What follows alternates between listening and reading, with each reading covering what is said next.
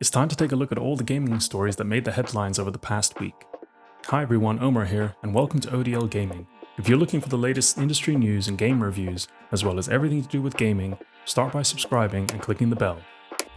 While the console wars may already be drawing to a close, the next round of the graphics cards war is about to start. Both AMD and Nvidia are set to release their next generation of graphics cards, with AMD looking to finally make a move against Nvidia's hold on the high end of the market. This move has forced Nvidia to move quickly, and an announcement date has been revealed on their Twitter page.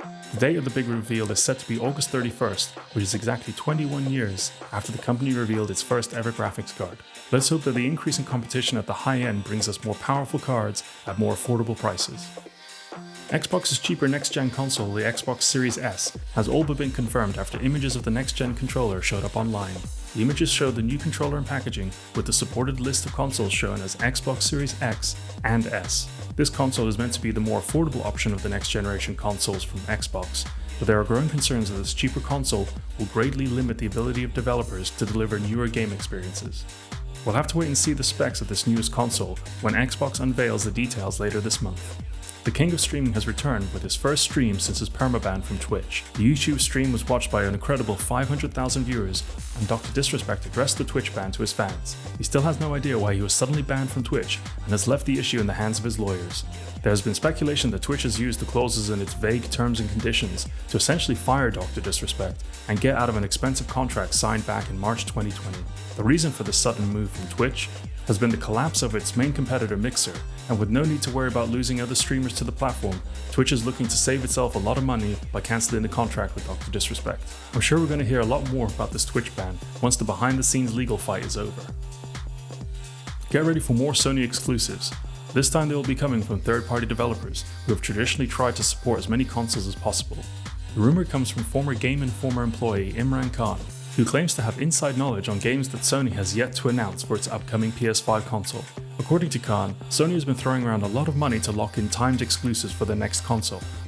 Khan said, "There are things you'll be shocked to find that Sony is money hatting. They are locking up for timed exclusivity. Wow, that's the game you're choosing. Not because it's bad, but because it's huge. There are games that are widely accepted as multi-platform that Sony is locking up for a little while." If Khan is accurate, then prepare for a lot more angry Xbox fans. It looks like Sony is taking this round of the console war very seriously, and if they can lock in a load of games, it will add to Xbox's growing problems and likely poor sales of the Xbox Series X. Call of Duty Cold War teasers have been dropping all over the place, starting with several community players receiving mysterious black boxes. These boxes contained old slide projectors, with slides showing locations and sections of the Summit map from Black Ops 4.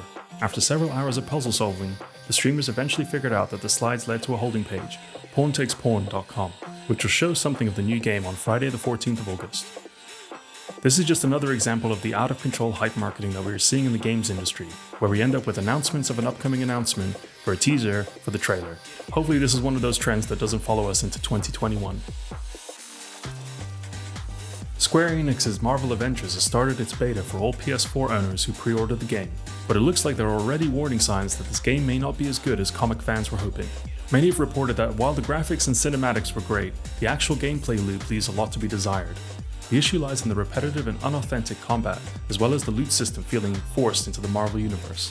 All this added to the news of more and more exclusive characters and in-game items has everyone worried that this game is nothing more than a cash grab aimed at fans of the films and the comics.